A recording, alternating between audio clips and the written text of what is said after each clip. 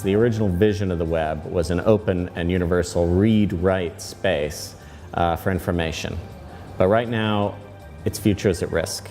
The web is evolving, and significantly, it's evolving to encompass new platforms, new devices, and the rise of the app and app stores. So apps and app stores have brought with them a great deal of innovation, but in the process, we're losing something that the web has given to us, which is openness and the ability to get to any content and to publish, and for anybody to publish content. We're in a very real danger of derailing the promise of the web.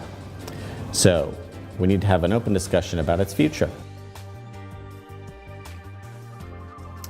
Who could have imagined what the web is today, 25 years ago when it started? The web has transformed society. It's changed the way that we do commerce, the way that we exchange information, education, communications, entertainment. The world's been totally transformed. So it's really important for people to have an ownership of the web because it is ours. To have an understanding of the technology behind the web is really important for a citizen in the 21st century because it's everything. It's transformed every industry. It will continue to transform industries. And to not have an understanding of that means that you are disenfranchised and not empowered to exist as a citizen. I do and do not feel comfortable with organizations tracking or overseeing personal activity online. I feel comfortable if it's protecting my rights and the rights of others, but if it's going to threaten either my rights or other rights, I don't feel comfortable. I think all the great incumbents can be either great threats or great opportunities. There's a mindset, one of which is hunker down, make sure I keep the business that I have and use all possible means to do that. And that often includes lobbying and passing laws so that you can't be disrupted or people can't compete or you maintain control. Some incumbents manage either because it's in their nature or their leader's nature or because it clearly makes economic or business sense to have an open mindset. I think all of the great incumbents have this sort of choice before them, and time will tell which of the existing companies are really helpful and which have dug in to try and maintain the past.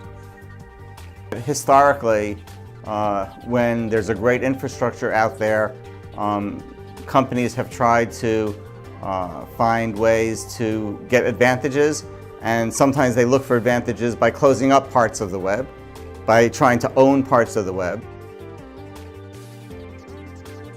I do not think it's important for people to be able to cut in because they are the users and not really the developers of the web content or web development. 누군가가 개발을 해주지 않는다면 제가 해볼 의향도 있어요. It's vital that we get young people engaged in coding because we live in a digital economy and we're going to wake up if we don't in 30 years' time and no one's going to know how the internet works and it's going to crash. I think openness is important partly for the web and the technology, but also for human experience. So openness is a handle or a way of describing, can I make any decisions? What decisions can I make about my life? What decisions can I make about how technology affects me? So for people, I think it's important, and the web represents those traits in technology. So for a human experience to be open, the underlying technology needs to enable it. I think based on how the web is organized, I would prefer to see some control based on the side of the provider. So say whoever has a website has the ability to choose who gets to access their website. I think everyone feels a responsibility or should feel a responsibility for the web and digital because ultimately all our lives have been dramatically affected by it. So in terms of our responsibility for it, it's it is one of the most democratic tools that exists and we powerfully and passionately believe that. And ultimately it's open. We can all kind of have a say and a play and a role to play in shaping it. But opting out of it, which kind of happens, isn't really an option when it is affecting the lives of, ourselves, our businesses, and ultimately our economies. The formula for success for the open web is what we call a multi-stakeholder environment. So the web isn't controlled by anyone, it's not controlled by a government.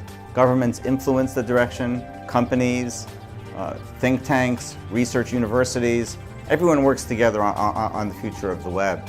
So what society can do to maintain the openness is simply to maintain the overall structure, the multi-stakeholder nature of developing the future web. If the next interesting, great ideas, advances need to ask permission from a global set of companies before you can even get something on the web to try it, then our innovation and creativity and problem solving will be greatly diminished.